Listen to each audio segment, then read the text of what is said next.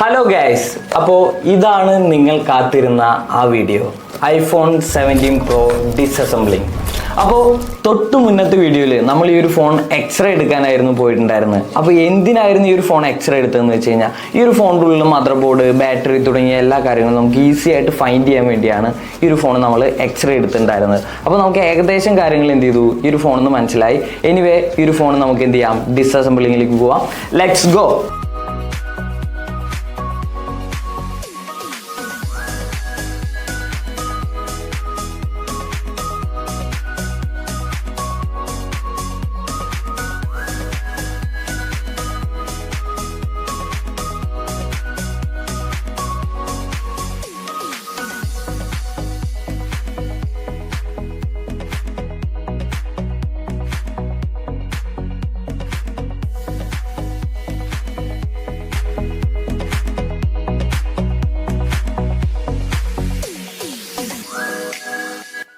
IPhone 17 പ്രോൻ്റെ battery കണ്ടർ വരുന്നത് ഇതാണ്.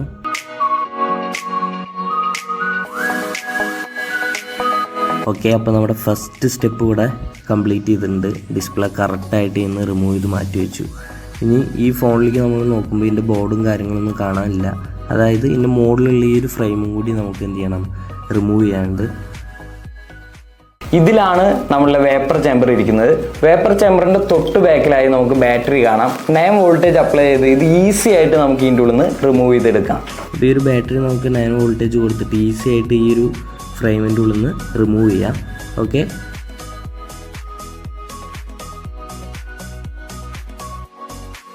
ഇതിൻ്റെ വൺ സൈഡ് നോക്കി കഴിഞ്ഞ് കഴിഞ്ഞാൽ നമുക്ക് കാണാൻ പറ്റും, ഇതാണ് വേപ്പർ ചേമ്പർ വരുന്നത്. ഓക്കെ,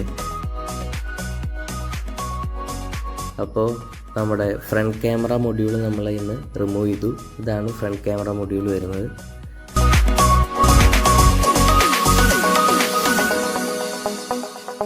അപ്പോൾ ഇതാണ് നമ്മളുടെ 17 പ്രോൻ്റെ ബാക്ക് ക്യാമറ മൊഡ്യൂൾ വരുന്നത്. ഓക്കെ, 16 പ്രോനെ അപേക്ഷിച്ച് 17 പ്രോയ്ക്ക് വരുമ്പോൾ ഈ ഒരു മൊഡ്യൂളിന് കുറച്ചും കൂടി വലുപ്പം വന്നിട്ടുണ്ട്.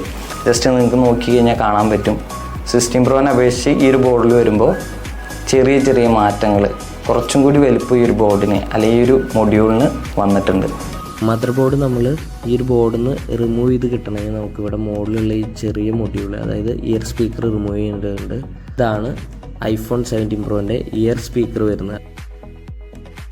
അടുത്തതായിട്ട് നമ്മൾ നോക്കുന്നത് നമ്മുടെ ഈ ഒരു ഫോണിൻ്റെ മെയിൻ ഭാഗമായിട്ടുള്ള മദർ ബോർഡിനെ തന്നെയാണ്. മദർ ബോർഡിനെ നമ്മൾ ഇതിന്ന് റിമൂവ് ചെയ്യാണ്. ഇന്ന് കറക്റ്റായിട്ട് നമ്മൾ റിമൂവ് ചെയ്തു.